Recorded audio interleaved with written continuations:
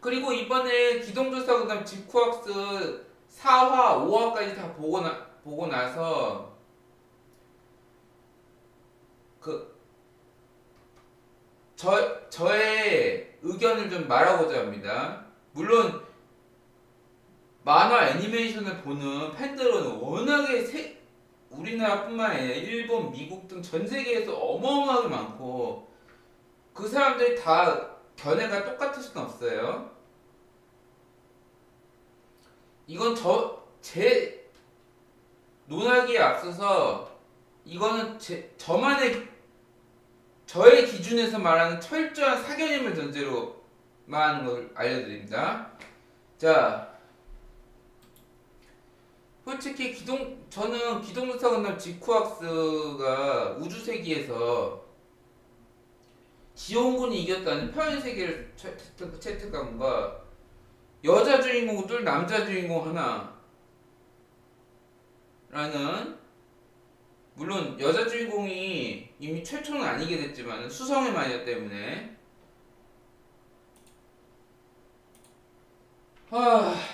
그런데 제가 좀 충격을 먹었어요. 좀 프리뷰 상으로 보면은 얘 정의감 넘치고, 응?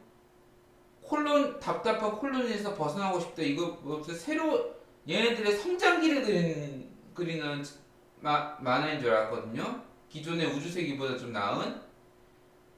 아니 그런데 지온이 이겼지만 오히려 세계관은 더 암울해졌고, 그리고 세계관에 미친 상태는 변하지 않았고, 그러니까 이거는 현실적일 수도 있어요. 어느 세력이 현실에 국가에서도 그렇잖아요. 어느 세력이 집권을 하고 결국은 또 전쟁 내전 일어나는 또 일어나고 막 난리잖아요. 근데 저는 더 충격을 먹었던 게 4화, 5화를 보고요. 마추, 슈지, 나얀, 4화에서 슈지가 그냥 단 1말의 망설임도 없이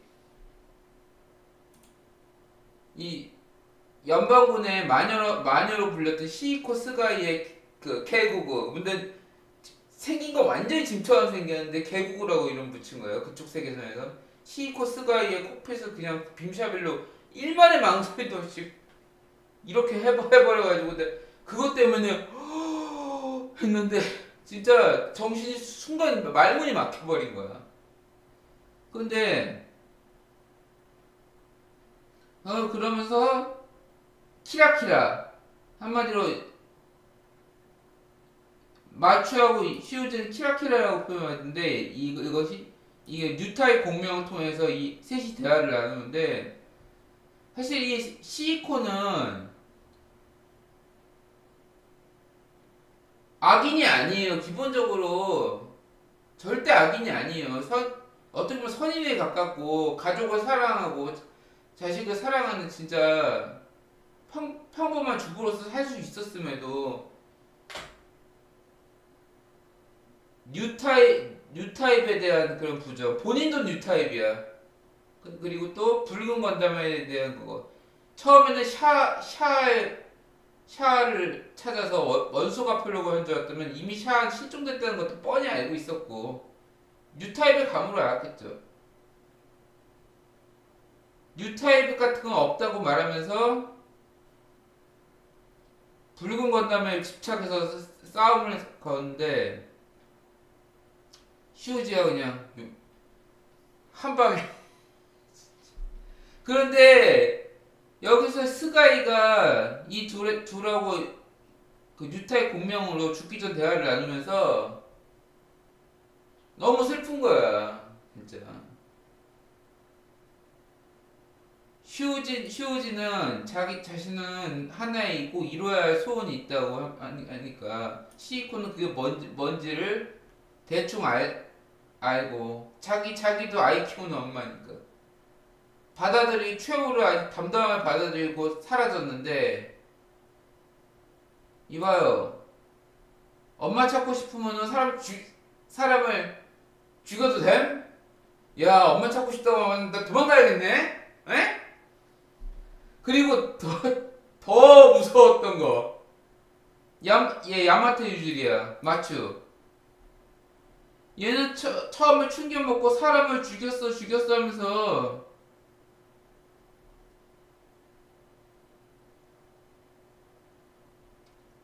충격을 먹은 대사를 할 줄 알았더니만 휴지와 함께하기 위해서 나도 이렇게 해야 돼. 이러면서 우리나라 그기 루리앱도 난리 났지만은 일본 커뮤니티에서도 난리 났어요. 그래가지고 패러디 그림도 나오고 막 그런데 저는 3인의 주인공 중에 비전 초원이라고 생각했던 미안이라는 역회 있잖아요. 예? 얘가 모비스 조정 능력이 아예 없을 줄 알았더니 얘도 재능이 있었어요. 5화에서 마추가 그 군기역한테 잡힐 뻔한 거 도망치다가 이그자베 올리비한테 붙잡히고 얘가 대신 나가는데 완전 완전 시우지가 완전히 그냥 조용한 사페하면 얘는 완전히 찐 광기 사페였어. 역시 괜히 미카사 아커만 성우가 맡은 게 아니겠죠? 그 진교의 거인에. 완전 사페였어. 눈이 완전 마테이가 나가지고.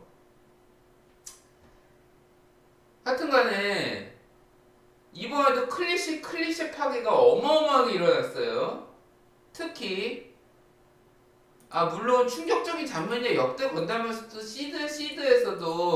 시드 때도 그랬고 우주세기 때도 그랬고 우주세기 시드 그리고 또 V 건담 그 외에도 뭐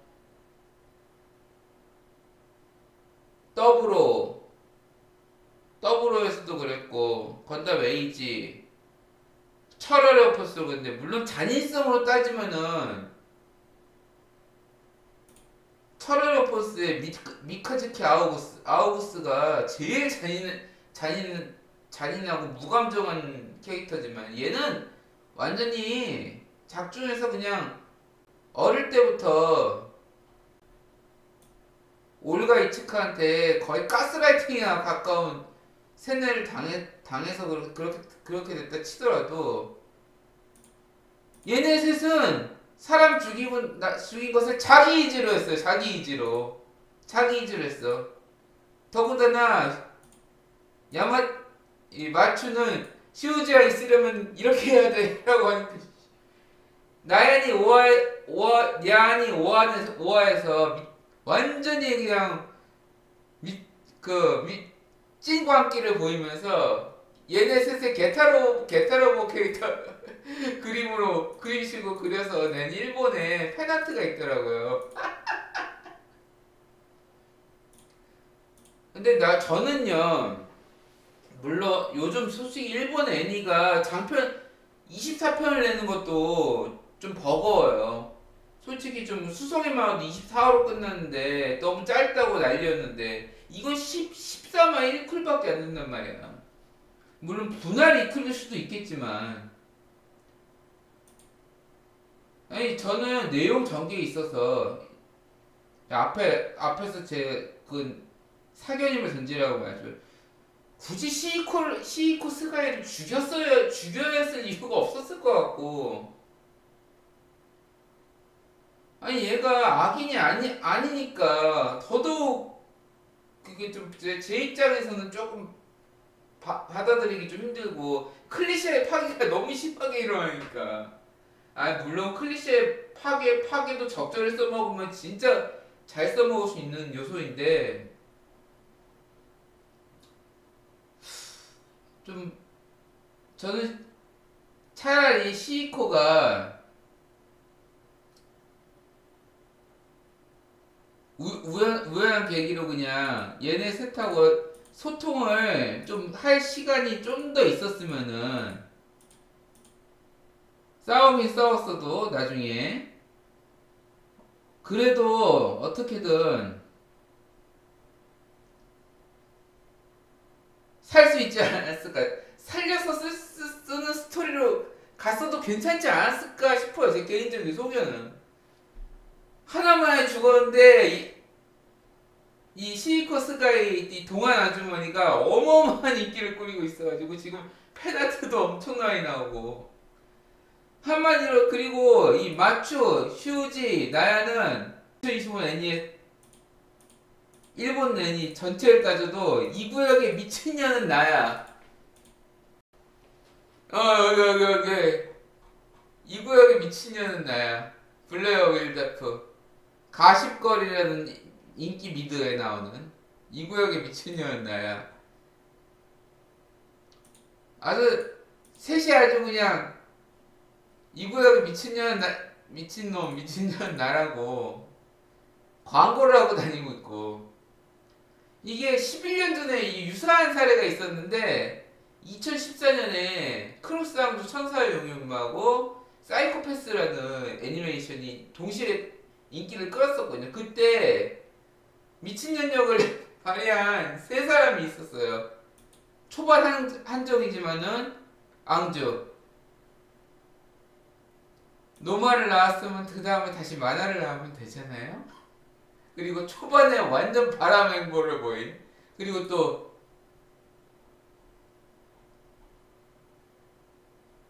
연약한 여동생 캐릭터인 줄 알았더니 찐 광기를 자랑했던 실비아 이카르가 미스루기. 그리고 사이코패스의 평범한 여고생에서 관리관, 감시관이 되면서 좀 성장했는 줄 알았더니 완전히 그냥 다른 의미의 찐광기를 보였던 시모츠 키미카. 이 셋이 아주 경쟁이 치열했죠. 아, 물론 잔인성으로 따지면은 미카츠키 말고도 크루제도 어마어마하게 잔인했고. 근데 얘는 완전히 망가진 인생이 망가진 악역이니까 그렇다 치고.